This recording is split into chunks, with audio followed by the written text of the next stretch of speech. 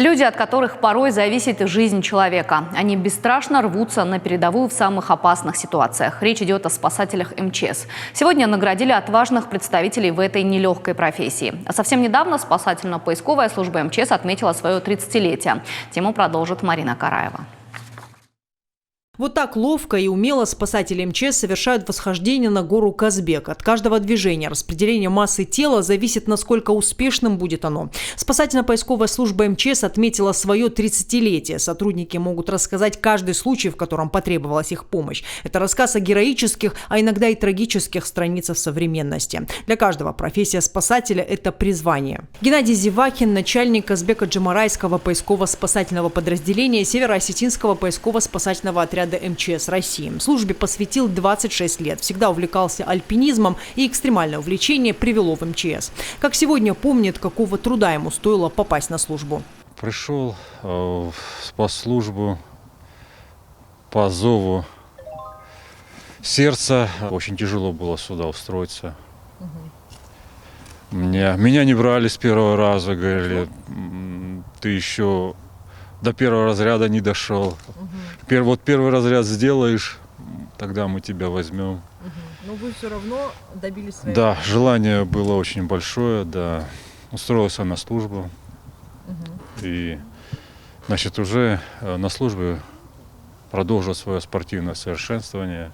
Геннадий Зевахин участвовал во многих поисково-спасательных операциях, однако некоторые оставили неизгладимый след в его памяти. Сход ледника Колка в 2002-м, теракт в Беслане в 2004-м, где спасатели помогали выводить заложников и спецназовцев. За добросовестное исполнение служебных обязанностей Геннадий Зевахин удостоен почетного звания «Заслуженный спасатель Республики Северная Осетия-Алания». Это была неожиданность как раз в преддверии Дня спасателя. Да, я удостоен звания заслуженного спасателя Республики Северная Осетия-Алания. Да, это очень приятно.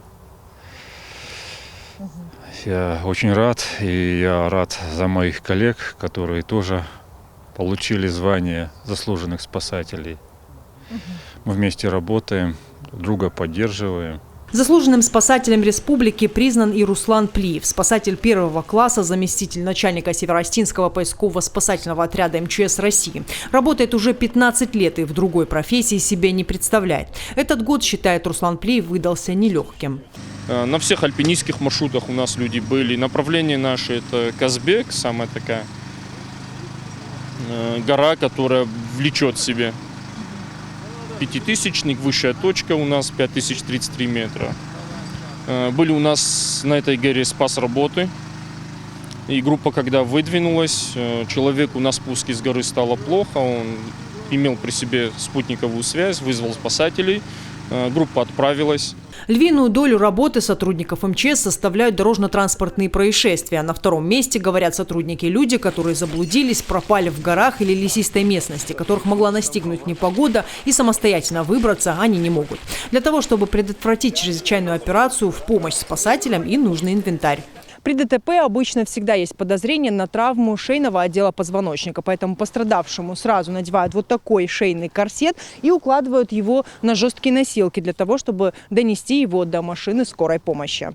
126 чрезвычайных случаев и 118 спасенных жизней. Статистика уходящего года может смело стать поводом для гордости всей службы МЧС. Северо-Осетинский поисково-спасательный отряд, к слову, дважды становился лучшим в стране. К юбилею ведомства сами сотрудники подошли творчески. Игорь Макоев и Анастасия Васильева украсили родную часть тематическим рисунком. В свободное время оба увлекаются рисованием. Что именно изобразить на стене, решили быстро. Успели все за 2 дня. Сначала загрунтовали. Потом баллончиками сделали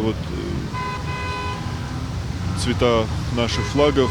И потом уже с помощью акриловых красок сделали остальное. Это звезду пожарного и надпись «30 лет МЧС России». В данный момент появилась такая возможность реализовать в работе даже. С коллегой подготовили к 30-летию рисунок. Согласовали мы его с руководством. Буквально за пару дней мы его и реализовали на стене. Ко Дню спасателя Российской Федерации и 30-летия МЧС России в Северной Осетии состоялись торжественные мероприятия. Поздравить сотрудников чрезвычайного ведомства приехал заместитель председателя правительства республики Ирбек Томаев. Марина Караева, Сергей Дедикаев. Новости Осетии.